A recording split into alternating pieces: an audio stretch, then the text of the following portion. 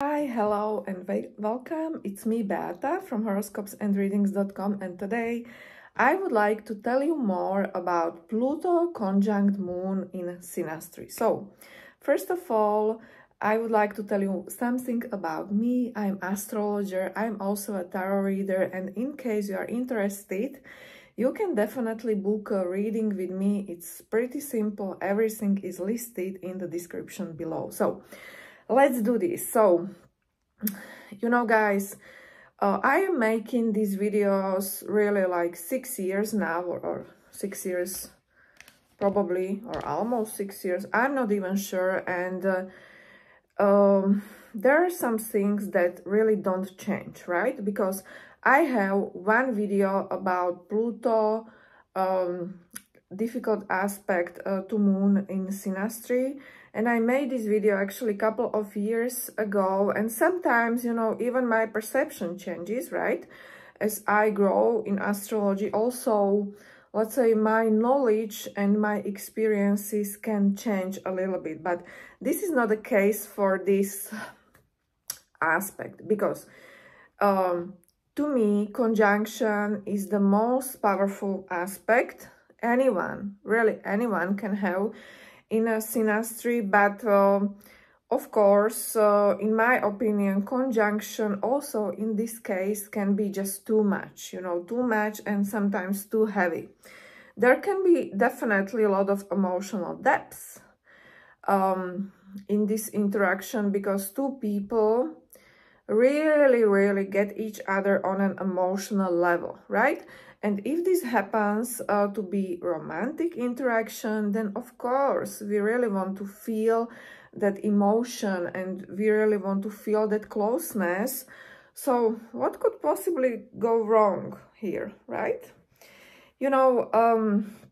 Sometimes when we have Pluto conjunct Moon, these two people can become, let's say, dependent on each other emotionally. So in my opinion, this is typical aspect of codependency, where one person, of course, a Moon person, but also Pluto person can become really dependent on that other person emotionally. So there is definitely a lot of emotional closeness, even a lot of love and a lot of sharing of feelings.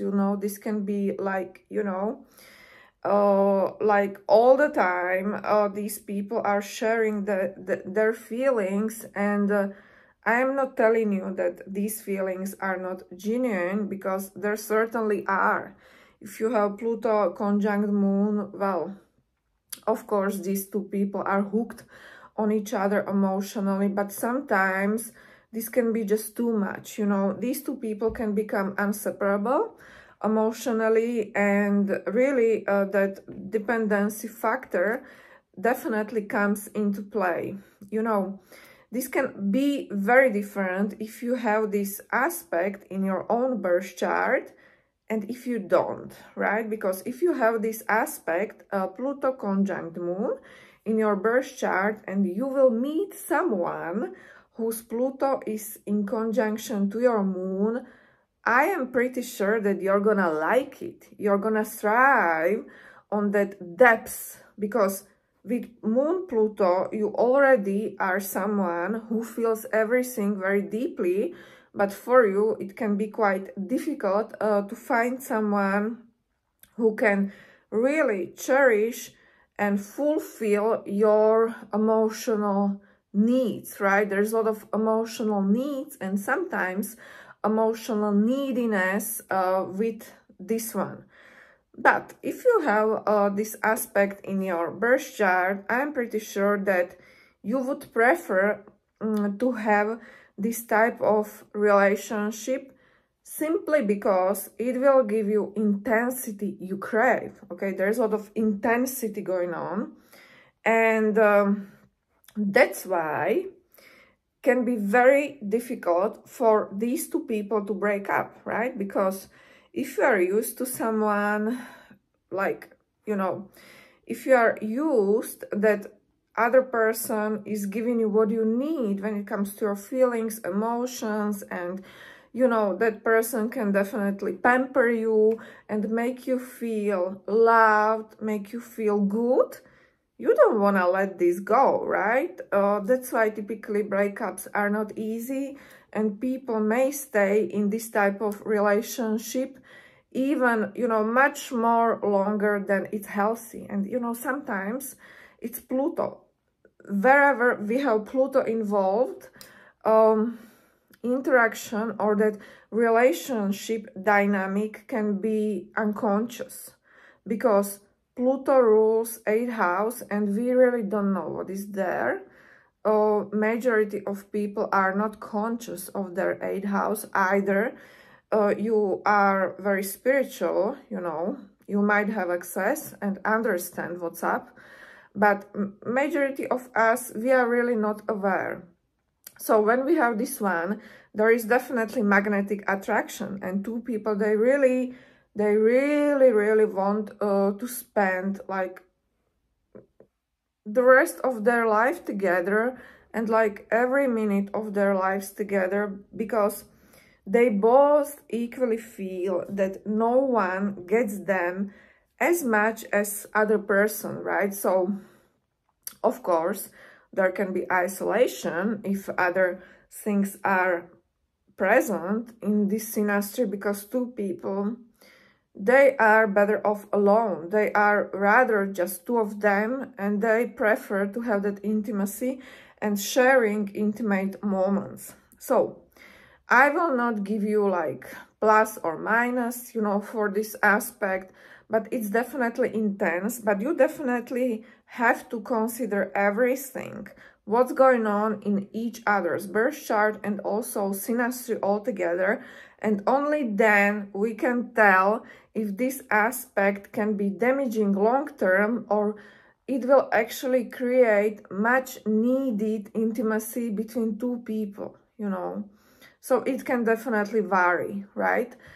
Okay, guys, so this was my analysis of this aspect. Let me know what you think. I am very curious about what you have to say. And of course, if you have any suggestions on videos, just type it into the comments. And yeah, I will continue making more content for you. For those who really want to book a reading with me, I can offer you really a bunch of horoscopes, like relationship horoscope. This one is the most popular. Also personality horoscope, future predictive horoscope.